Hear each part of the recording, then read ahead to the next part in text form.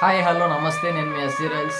తను ఇచ్చిన మాట ధర్మం కోసం శ్రీకృష్ణుడు గొప్ప యోధులకి ఎదురెళ్ళినటువంటి గొప్ప యోధుడు కర్ణుడు.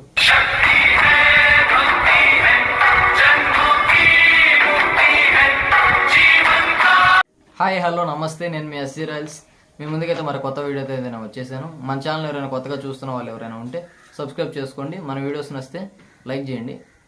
సరే, స్టార్ట్ చేద్దాం. మనం ఈరోజు ఒక వీడియో ఏంది, కర్ణుడు అధర్మ యుద్ధం ధర్మం కోసం చేశాడు. ఎందుకు అంటే తన స్నేహితుడు ఇచ్చిన మాట తప్పటం కూడా అధర్మ లెక్కిందకే వస్తుంది కాబట్టి.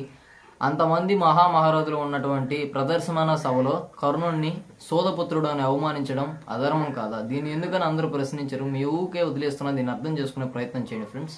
తన స్నేహితుడైనటువంటి దుర్యోధనుడికి ఇచ్చిన మాట కోసం మాట తప్పడం అధర్మం లెక్క కిందకే వస్తుంది కదా.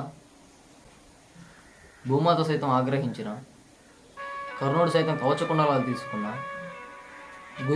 గురువు గారి క్షేమం కొరకు చేసినటువంటి పని, ఆయన శక్తుడు అని భావించి తనకి సైతం శాపం పెట్టిన, తను ఓడిపోతాడు యుద్ధంలో అని తెలిసిన స్నేహితుడి కోసం అధర్మ యుద్ధం పాల్గొని అధర్మ యుద్ధం చేసి అస్తమించినటువంటి గొప్ప మహాయోధుడు కర్ణుడు. ఇలాంటి వ్యక్తిని మనం ప్రశ్నించడానికి నాకు మనసు ఉండాలి కదండి. ఇలాంటి గొప్ప యోధుడిని మనం చరిత్రలో రీకు పెట్టి గేకినా ఎవరు ఉండరు. బహుశా మనం కర్ణుడు అంత గొప్ప యోధుడైతే అవ్వలేకపోవచ్చు.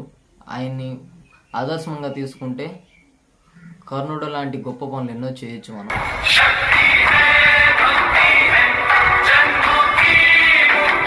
దీని నుంచి మనం నేర్చుకోవాల్సిన గొప్ప విషయం ఏంటంటే, ధర్మంపై అధర్మం ఓటమి పాలవ్వాల్సిందే. కర్ణుడు తన స్నేహితుడికి ఇచ్చిన మాటను నిలబెట్టుకొని గొప్ప యోధుడిగా అస్తమించాడు. నేను మాట్లాడిన విషయంలో ఈ 3 ప్రశ్నలకి నేను సమాధానం ఇచ్చాను. ఈ వీడియోలో మీకు ఏదైనా నేనైతే తప్పుగా ఏదైనా మాట్లాడి ఉంటే ప్లీజ్ నన్ను క్షమించండి. మన ఛానల్ వీడియోస్ మీకు ఏదైనా నచ్చినట్లయితే మరిన్ని వీడియోస్ కొరకు మన ఛానల్ సబ్స్క్రైబ్ చేసుకోండి. కొత్త వాడిని నన్ను ఎంకరేజ్ చేస్తారని కోరుకుంటున్నాను. మన ఛానల్లో వీడియోస్ మీకు ఇన్ఫర్మేటివ్గా అనిపిస్తే మన ఛానల్ సబ్స్క్రైబ్ చేసుకోండి. మన వీడియో నచ్చినట్టయితే లైక్ చేయండి. Thank you for all. Bye bye. జై హింద్.